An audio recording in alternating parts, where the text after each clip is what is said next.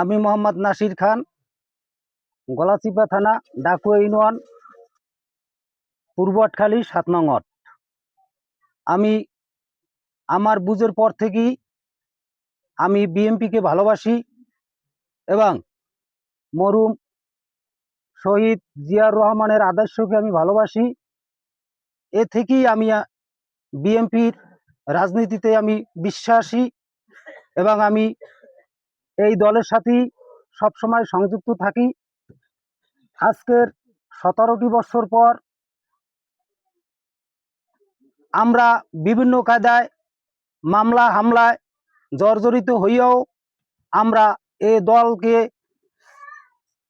দল থেকে আমরা কোথায় সরে যাই নাই এবং এখনো আমরা সেই বিএনপির পদতলেই আছি। যেহেতু আমাদের জিয়াউর রহমানের সুযোগ্য সন্তান মোহাম্মদ তারেক রহমান এই ১৭টি বছর সে বাইরে কাটাইয়াছেন। এরপরে স্বৈরাচার সরকার বাংলাদেশ থেকে তাড়াবার পর সে বাংলাদেশের রাজনৈতিক হাল ধরেছেন এবং আমরা যারা বিএনপিকে ভালোবাসি এই বিএনপির অত্র ছায়া থেকে আমরা আজকের রাজনীতিতে পুনরায় আবার সংযুক্ত হয়েছি। যেহেতু আমাদের নেতা জনাব তারেক রহমান গলাচিপা পটুয়াখালী ৩ আসনে ছাত্র নেতা বিপি নুরুল হক নূরকে সিদ্ধান্ত দিয়েছে দলের সাথে সে সংযুক্ত হয়ে এখানে ট্রাক মার্কা নিয়ে সে এসেছে।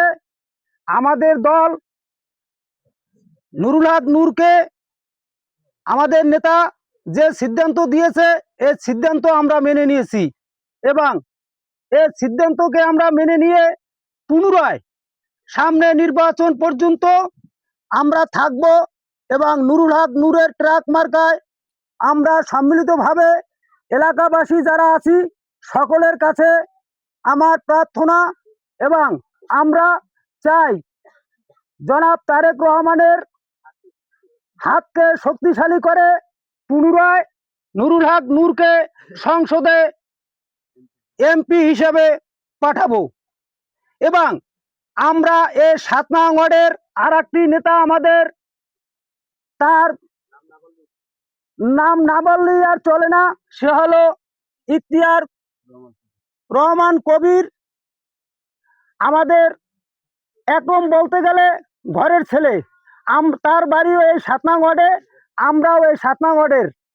আমরা তার নেতৃত্বে ইনশাআল্লাহ সকলে সম্মিলিত হয়ে নুরুল হক নূরের ট্রাক মার্কায় ইনশাআল্লাহ সামনের নির্বাচনে বিপুল ভোটে এই সেন্টারে বিজয় লাভ করিয়ে আমরা ইনশাআল্লাহ তাকে সংসদে পাঠাবো